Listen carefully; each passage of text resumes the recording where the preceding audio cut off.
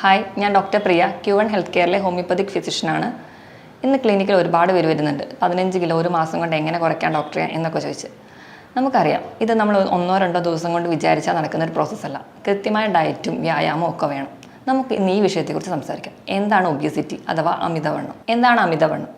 ശരീരത്തിലെ കൊഴുപ്പ് നമ്മുടെ ആരോഗ്യത്തെ ബാധിക്കും വിധം വർദ്ധിക്കുന്ന കണ്ടീഷനാണ് അമിതവണ്ണം. പണ്ടൊക്കെ മധ്യവയസ്കരിലാണ് കൂടുതലായി കണ്ടിരുന്നത്. പക്ഷേ ഇന്ന് കുട്ടികളിലും ചെറുപ്പക്കാരിലുമൊക്കെ ഈ കണ്ടീഷൻ ഒരുപാട് കാണുന്നു. എങ്ങനെയാണ് നമുക്ക് അമിതവണ്ണം ഉണ്ടെന്ന് കണ്ടുപിടിക്കാം? അതിനുവേണ്ടി നമ്മൾ യൂസ് ചെയ്യുന്ന ടേമാണ് ബേസൽ ബോഡി മാസ് ഇൻഡെക്സ്, അഥവാ നമുക്കതെങ്ങനെ കണ്ടുപിടിക്കാം എന്ന് നോക്കാം. നമ്മുടെ weight in kilogram divided by height in metre square. അതായത് അതിങ്ങനെ ചെയ്യുമ്പോൾ 18-നും 25-നും ഇടയിലാണ് വാല്യൂ കിട്ടുന്നതെങ്കിൽ അതിനെ നോർമൽ എന്ന് പറയും. 25-നും 30-നും ഇടയിലാണെങ്കിൽ അതിന് അമിതവണ്ണം എന്നും 30-ന് മുകളിൽ പോകുമ്പോൾ പൊണ്ണത്തടി എന്നും പറയുന്നു. ലളിതമായി പറഞ്ഞു കഴിഞ്ഞാൽ നമ്മുടെ ഹൈറ്റ് എടുക്കുകയാണ് സെൻറ്റിമീറ്ററിൽ, അതിൽ നിന്ന് 100 കുറയ്ക്കുന്നതായിരിക്കണം നമ്മുടെ ബോഡി വെയ്റ്റ്. ഉദാഹരണം, ഒരു 163 സെൻറ്റിമീറ്റർ ഹൈറ്റ് ഉള്ള ഒരാൾക്ക് 63 കിലോ ആയിരിക്കണം അവരുടെ ഒരു ആവറേജ് വെയ്റ്റ്. WHO ഈ ഒബിയസിറ്റി തന്നെ 3 രീതിയിൽ പറയുന്നുണ്ട്. 30 മുതൽ 35 വരെയാണെങ്കിൽ ക്ലാസ് 1 എന്നും, 35 മുതൽ 40 വരെ ആകുമ്പോൾ ക്ലാസ് 2 എന്നും, 40-ന് മുകളിൽ പോയാൽ ക്ലാസ് 3 എന്നുമായിട്ട് ഡിവൈഡ് ചെയ്ത് വെച്ചിട്ടുണ്ട്.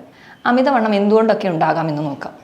അമിതവണ്ണം ഉണ്ടാകുന്ന കാരണങ്ങളെ നമ്മൾ രണ്ടായിട്ട് തരംതിരിച്ചിട്ടുണ്ട്: എൻഡോജീനിയസ് കണ്ടീഷൻ എന്നും എക്സോജീനിയസ് കണ്ടീഷനും. എക്സോജീനിയസ് കണ്ടീഷൻ എന്ന് പറഞ്ഞാൽ പുറത്തുനിന്നുള്ള കാരണങ്ങൾ, നമ്മുടെ ഫുഡിൻ്റെ അളവ് കൂടുന്നു, വ്യായാമം കുറയുന്നു തുടങ്ങിയ കാരണങ്ങൾ. എൻഡോജീനിയസ് എന്ന് പറഞ്ഞാൽ ശരീരത്തിൻ്റെ തന്നെ കാരണങ്ങൾ, ചില ഹോർമോണൽ ഇംബാലൻസ്, ഉദാഹരണം തൈറോയിഡിൻ്റെ ഒക്കെ ഇംബാലൻസ് മൂലം നമുക്ക് വണ്ണം വെക്കുന്നത് കാണാം. ഇതിന് പുറമെ തന്നെ ചിലർക്ക് പാരമ്പര്യം കൊണ്ടുവരാം, ചില മരുന്നുകൾ സ്റ്റീറോയിഡ്സ് കഴിക്കുന്നതുകൊണ്ട് വരാം, ചില അസുഖങ്ങൾ കൊണ്ട് നമുക്ക് വണ്ണം വെക്കാം. അതുപോലെ തന്നെ സ്ട്രെസ്സ് കാരണവും ചിലർക്ക് വണ്ണം വെക്കുന്നതായി കാണാം. ഇനി അമിതവണ്ണം കൊണ്ട് എന്തൊക്കെ കോംപ്ലിക്കേഷൻ ഉണ്ടാവും എന്ന് നോക്കാം. നമ്മൾ ആദ്യം കരുതുന്നത് നമ്മുടെ സൗന്ദര്യത്തെ ബാധിക്കുന്നു, അല്ലെങ്കിൽ നമ്മുടെ ബോഡി ഷേപ്പ് നഷ്ടപ്പെടുന്നു, എല്ലാ ഡ്രസ്സും ഇടാൻ പറ്റുന്നില്ല. അതൊക്കെയാണ് നമ്മൾ മെയിൻലി ടെൻഷൻ അടിക്കുന്ന കാര്യങ്ങൾ. അതിന് പുറമെ നമ്മുടെ ശരീരത്തിനെ വളരെ ദോഷകരമായിട്ട് വേണം ഈ അമിതവണ്ണം ബാധിക്കുന്നുണ്ട്. അതെന്തൊക്കെയാണെന്ന് നോക്കാം. First one, diabetes. അമിതവണ്ണമുള്ളവരിൽ 5 മുതൽ 6 ഇരട്ടി ചാൻസ് ആണ് സാധാരണ ഒരാൾക്ക് ഉണ്ടാവുന്നതിലും ഡയബറ്റിസ് ഉണ്ടാവാനുള്ള ചാൻസ്. രണ്ടാമത്, ഹൈപ്പർ ടെൻഷൻ, BP കൂടുന്നതായി കാണാം. മൂന്നാമതായിട്ട് കൊളസ്ട്രോൾ വരുന്നതായി കാണാം. ഇങ്ങനെ അമിതവണ്ണമുള്ളവർ BP, കൊളസ്ട്രോൾ, പ്രമേഹം എല്ലാം ഒരു കോംപ്ലക്സ് ആയിട്ട് നിൽക്കുമ്പോൾ നമ്മൾ അതിനെ മെറ്റബോളിക് സിൻഡ്രോം എന്ന് പറയുന്നു. ഇതിനോടൊപ്പം തന്നെ നമ്മുടെ ശരീര വെയിറ്റ് കൂടുമ്പോൾ നമ്മുടെ സന്ധികൾക്ക് നമ്മുടെ ശരീരഭാരം താങ്ങാൻ പറ്റാതെ സന്ധിവാദവും അല്ലെങ്കിൽ സന്ധിവേദനയൊക്കെ കാണുന്നു. അതോടൊപ്പം തന്നെ നമുക്ക് സ്ട്രോക്ക് ഉണ്ടാവാനുള്ള ചാൻസ്, ഹൃദ്രോഗത്തിനുള്ള ചാൻസ് കൂടുന്നു, വെരിക്കോസ് വെയിൻസ് വരെ ഉണ്ടാവാനുള്ള ചാൻസസ് കൂടുന്നു. അതുപോലെ PCODക്കുള്ള ചാൻസും ഈ വണ്ണം തന്നെയാണ് കാരണം. പലരും പറയും എനിക്ക് PCOD ഉള്ളതുകൊണ്ടാണ് ഞാൻ തടി വെക്കുന്നത്. പക്ഷേ അങ്ങനെയല്ല, തടി വെക്കുന്നത് കൊണ്ടാണ് PCOD ഉണ്ടാകുന്നത്. നമ്മുടെ ശരീരത്തിൻ്റെ വണ്ണം കൂടുമ്പോൾ നമ്മുടെ ശരീരത്തിൽ ഇൻസുലിൻ റെസിസ്റ്റൻസ് ഉണ്ടാവുകയും അതുവഴിയാണ് നമുക്ക് PCOD ഉണ്ടാവുന്നത്. ഇനി നമുക്ക് അമിതവണ്ണം എങ്ങനെ കുറയ്ക്കാം, എങ്ങനെ മാനേജ് ചെയ്യാമെന്ന് നോക്കാം. ആദ്യം തന്നെ പറഞ്ഞല്ലോ, ഒരു മൂല കാരണം നമ്മൾ കഴിക്കുന്ന ഭക്ഷണത്തിൻ്റെ അളവ് കൂടുതലും അതുപോലെ നമ്മുടെ എക്സസൈസ് കുറയുന്നതുമാണ്. അപ്പം നമുക്ക് ഇതിലൊരു ചേഞ്ച് വരുത്തണം. നമ്മൾ കഴിക്കുന്ന ഭക്ഷണത്തിൻ്റെ അളവ് കുറയ്ക്കുക, അതുപോലെ തന്നെ എക്സസൈസ് കൂടുതലായി ചെയ്യുക. ഇങ്ങനെ നമുക്ക് നമ്മുടെ ബോഡി വെയിറ്റ് കൺട്രോൾ ചെയ്യാവുന്നതേ ഉള്ളൂ. ആദ്യം തന്നെ നമുക്ക് ഫുഡിൽ എന്തൊക്കെ മാറ്റം വരുത്താമെന്ന് നോക്കാം. നമ്മുടെ ഭക്ഷണത്തിൽ അന്നജത്തിൻ്റെയും കൊഴുപ്പിൻ്റെയും അളവ് കുറയ്ക്കുക, പകരം നമുക്ക് പ്രോട്ടീൻ കൂടുതലായിട്ട് ഭക്ഷണത്തിൽ ഉൾപ്പെടുത്തുക. പ്രോട്ടീൻ കൂടുതലായിട്ട് ഉൾപ്പെടുത്തുന്നത് വഴി നമ്മുടെ പ്രോട്ടീൻ്റെ വിഘടനം നടക്കുമ്പോൾ നമ്മുടെ ശരീരത്തിൽ ഒരുപാട് എനർജി യൂസ് ചെയ്യും. അങ്ങനെ ചെയ്യുന്നതോടെ നമുക്ക് ഒരുപാട് എനർജി നമുക്ക് ഇതിലൂടെ ലോസ് ചെയ്യാൻ പറ്റും. അങ്ങനെ നമുക്ക് വെയിറ്റ് കുറയ്ക്കാം. ഇതുപോലെ തന്നെ ഒരുപാട് വെള്ളം കുടിക്കുന്നത് നല്ലതാണ്. അതായത് നമ്മുടെ ശരീരത്തിന് 2 മുതൽ 3 ലിറ്റർ വരെ വെള്ളം കുടിക്കുക. വെള്ളം കുടിക്കുമ്പോൾ നമ്മുടെ മെറ്റബോളിക് ആക്ടിവിറ്റി കൂടുന്നു. അങ്ങനെ നമുക്ക് എനർജി ലോസ് വന്നിട്ട് വെയിറ്റ് നമുക്ക് കൺട്രോൾ ചെയ്യാം. നമ്മൾ കഴിക്കുന്ന ഭക്ഷണത്തിൽ കഴിക്കുന്ന അരി അടങ്ങിയ ഭക്ഷണങ്ങൾ നല്ല രീതിയിൽ തന്നെ നമുക്ക് കുറയ്ക്കണം. അതിന് പകരം നമുക്ക് ചോളം, കമ്പം തുടങ്ങിയ ധാന്യങ്ങൾ ഉൾപ്പെടുത്താവുന്നതേ ഉള്ളൂ. ഭക്ഷണത്തിൽ പ്രോട്ടീനോടൊപ്പം തന്നെ വെജിറ്റബിൾസും ഫ്രൂട്ട്സും കൂടുതലായിട്ട് ഉൾപ്പെടുത്തുക. പിന്നെ നമ്മൾ ഭക്ഷണം കഴിക്കുമ്പോൾ സ്കിപ്പ് ചെയ്യാതെ കഴിക്കാൻ ശ്രദ്ധിക്കുക. ചിലരൊക്കെ വെയിറ്റ് കുറയ്ക്കാൻ വേണ്ടി ഒരു നേരം പട്ടിണി കിടക്കാമെന്ന് വിചാരിക്കും. അങ്ങനെ നമ്മൾ ഭക്ഷണം കഴിക്കാതിരിക്കുമ്പോൾ നമ്മുടെ ശരീരത്തിൻ്റെ മെറ്റബോളിക് ആക്ടിവിറ്റി കുറഞ്ഞിരിക്കുകയാണ്. അത് കഴിഞ്ഞ് ഉടനെ നമുക്ക് നല്ലപോലെ വിശക്കുമ്പോൾ നമ്മൾ വീണ്ടും ഭക്ഷണം കഴിക്കും. അപ്പം നമ്മുടെ ശരീരം എന്താ ചെയ്യുന്നതെന്ന് വെച്ച് കഴിഞ്ഞാൽ അപ്പം കഴിക്കുന്ന ഭക്ഷണം എല്ലാം കൂടി സ്റ്റോർ ചെയ്യുകയാണ് ചെയ്യുക. അപ്പം യൂസ് ചെയ്യാതെ അതെല്ലാം കൂടി സ്റ്റോർ ചെയ്യും. അത് നമുക്ക് വീണ്ടും ബോഡി വെയിറ്റ് കൂട്ടത്തേ ഉള്ളൂ. അതുപോലെ നമ്മൾ ഭക്ഷണത്തിലൊക്കെ വയറിനൊന്നും വലിയ ബുദ്ധിമുട്ടുകളൊന്നും ഇല്ലാത്തവരാണെങ്കിൽ എരിവിൻ്റെ അംശം കുറച്ച് കൂട്ടിക്കഴിഞ്ഞാൽ നമ്മുടെ മെറ്റബോളിക് ആക്ടിവിറ്റി കൂടുന്നതായി കാണാം. അതുവഴി നമുക്ക് ഒരു എനർജി ലോസ് ഉണ്ടാക്കാം. ഇതുപോലെ തന്നെയാണ് നമുക്ക് കൃത്യമായ വ്യായാമം ചെയ്യുക എന്ന് പറഞ്ഞാൽ ദിവസവും 45 മിനിറ്റ് മുതൽ 1 മണിക്കൂർ വരെ ആഴ്ചയിൽ 5 ദിവസമെങ്കിലും വ്യായാമം ചെയ്യാൻ ശ്രദ്ധിക്കുക. പ്രത്യേകിച്ച് വ്യായാമം ചെയ്യുമ്പോൾ രാവിലെ തന്നെയൊക്കെ വ്യായാമം ചെയ്യുന്നവരാണെങ്കിൽ വ്യായാമത്തിന് പോകുന്നതിൻ്റെ മുമ്പ് ഒരു ഗ്ലാസ് കാപ്പി അല്ലെങ്കിൽ ഗ്രീൻ ടീ ഒക്കെ കഴിച്ചിട്ട് പോകുന്നത് നല്ലതാണ്.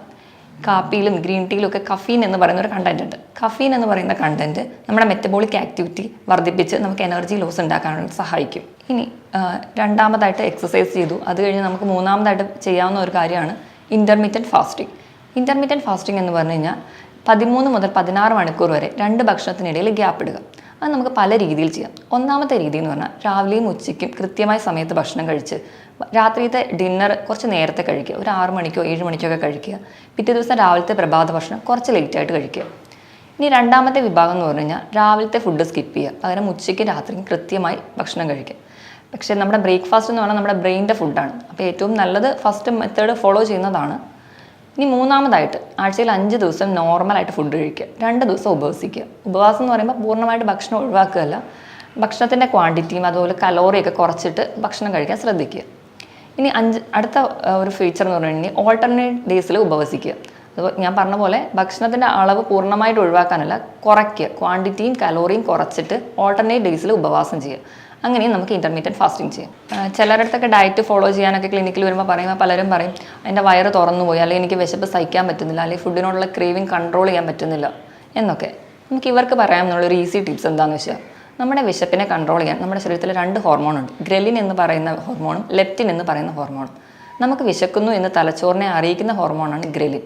നമ്മുടെ വയറ് നിറഞ്ഞു അല്ലെങ്കിൽ നമ്മൾ ഭക്ഷണം കഴിക്കുമ്പോൾ മതി എന്ന് പറയുന്ന ഹോർമോണാണ് ലെപ്റ്റിൻ. അപ്പം നമ്മൾ ഗ്രലിൻ്റെ അളവ് കുറയ്ക്കുകയും ലെപ്റ്റിൻ്റെ അളവ് കൂട്ടുകയും ചെയ്യുന്നത് വഴി നമുക്ക് വെയിറ്റ് കൺട്രോൾ ചെയ്യാം. നമ്മുടെ വിശപ്പ് കുറച്ച് നമുക്ക് വെയിറ്റ് കൺട്രോൾ ചെയ്യാവുന്നതേ ഉള്ളൂ. എങ്ങനെയൊക്കെ ചെയ്യാമെന്ന് നോക്കാം. നമ്മൾ കൃത്യസമയത്ത് തന്നെ ഭക്ഷണം കഴിക്കാൻ ശ്രദ്ധിക്കണം. അങ്ങനെ ചെയ്യുമ്പോൾ നമ്മുടെ ഒരു ഹോർമോൺ പ്രോപ്പർ ബാലൻസിൽ അങ്ങ് പോകും. അതുപോലെ ഒരുപാട് വിശന്നിട്ട് ഭക്ഷണം കഴിക്കരുത്. ഒരുപാട് വിശന്നിരിക്കുമ്പോൾ ഗ്രിലിൻ എന്ന് പറയുന്ന ഹോർമോൺ കൂടുതലായിട്ടേ ഇരിക്കും. അപ്പോൾ നമ്മൾ ഒരുപാട് ഭക്ഷണം കഴിക്കും, അത് വീണ്ടും ബോഡി വെയിറ്റ് കൂട്ടത്തേ ഉള്ളൂ. അതുപോലെ ഒരുപാട് വിശന്നിരിക്കുമ്പോൾ ഒരുപാട് സ്വീറ്റ്സ് കഴിക്കാതിരിക്കുക. സ്വീറ്റ്സ് കലോറി കൂടുതലുള്ള ഫുഡാണ്. അതുപോലെ കൃത്യസമയത്ത് ഉറങ്ങുക. കൃത്യസമയത്ത് ഉറങ്ങുമ്പോൾ ഈ ഹോർമോണൊക്കെ പ്രോപ്പറായിട്ട് ബാലൻസ് ആയിട്ട് പോകും. അപ്പോൾ നമുക്ക് നമ്മുടെ വിശപ്പൊക്കെ കൺട്രോൾ ചെയ്യാം. ചിലർക്കൊക്കെ ടെൻഷൻ കാരണം ചിലർ ഭക്ഷണം ഒരുപാട് കഴിക്കുന്ന കാണും. ഇതെന്താണെന്ന് വെച്ചിട്ടുണ്ടെങ്കിൽ ടെൻഷൻ ഉള്ളപ്പോൾ നമ്മുടെ ലെപ്റ്റിൻ എന്ന് പറയുന്ന നമുക്ക് വയറ് നിറഞ്ഞു എന്ന് പറയുന്ന ഹോർമോൺ ഫംഗ്ഷൻ ചെയ്യത്തില്ല. അപ്പോൾ അവർക്ക് വയറ് നിറഞ്ഞൊരു സെൻസേഷൻ തോന്നില്ല, ഭക്ഷണം കഴിച്ചുകൊണ്ടേയിരിക്കും. അങ്ങനെ പൊണ്ണത്തടി വെക്കുന്നവരുമുണ്ട്. ഇതുപോലെ ചില ഭക്ഷണങ്ങൾ കഴിക്കുകയാണെങ്കിൽ നമുക്ക് ഈ ലെപ്റ്റിൻ്റെ അളവ് കൂട്ടാൻ പറ്റും. ഉദാഹരണത്തിന് ഭക്ഷണം കഴിക്കുന്നതിന് മുൻപ് നമ്മൾ സാധാരണ ഒരു ലഞ്ചൊക്കെ കഴിക്കുന്നതിന് മുൻപ് പ്രോട്ടീനും ഫാറ്റും അടങ്ങിയ ഭക്ഷണം കഴിക്കുക. ഉദാഹരണത്തിന് നമുക്ക് മുട്ട കഴിക്കാം, അതിൽ പ്രോട്ടീനും ഉണ്ട് ഫാറ്റും ഉണ്ട്. ഭക്ഷണത്തിന് ഒരു 15 മിനിറ്റ് മുമ്പ് ഒരു മുട്ടയൊക്കെ കഴിക്കുകയാണെങ്കിൽ ഈ ലെപ്റ്റിൻ്റെ അളവ് കുറച്ച് കൂടുതലായിട്ട് ഉൽപ്പാദിപ്പിക്കുന്ന കാണാം.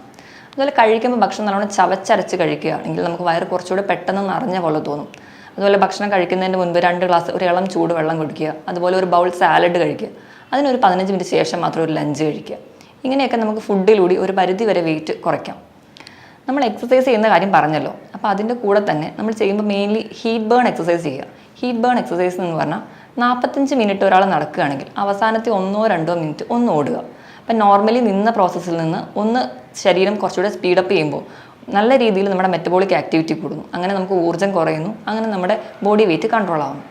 ഇങ്ങനെയൊക്കെ ചെയ്യുന്നവരെ ഒരു പരിധി വരെ നമുക്ക് നമ്മുടെ ബോഡി വെയിറ്റ് കൺട്രോൾ ചെയ്യാൻ പറ്റും. അതുപോലെ മറ്റ് കോംപ്ലിക്കേഷനിലൂടെ ശരീരം പോവാതിരിക്കാനും പറ്റും. ഇനി നമുക്ക് ബോഡി വെയിറ്റ് കുറയ്ക്കണമെങ്കിൽ അത് നമ്മൾ തന്നെ വിചാരിച്ചാലേ നടക്കുകയുള്ളൂ. നമ്മൾ കഴിക്കുന്ന ഭക്ഷണത്തിൻ്റെ അളവ് കുറയ്ക്കുക, അതിനോടൊപ്പം തന്നെ കൃത്യമായി വ്യായാമം ചെയ്യുന്ന വഴി, സ്ട്രെസ്സൊക്കെ കുറയ്ക്കുന്ന വഴി, രാവിലെ ഒന്ന് നടക്കാൻ പോകുന്ന വഴി നമുക്കൊരു മൈൻഡ് കുറച്ചുകൂടെ ഫ്രീ ആയിട്ടിരിക്കാൻ പറ്റും.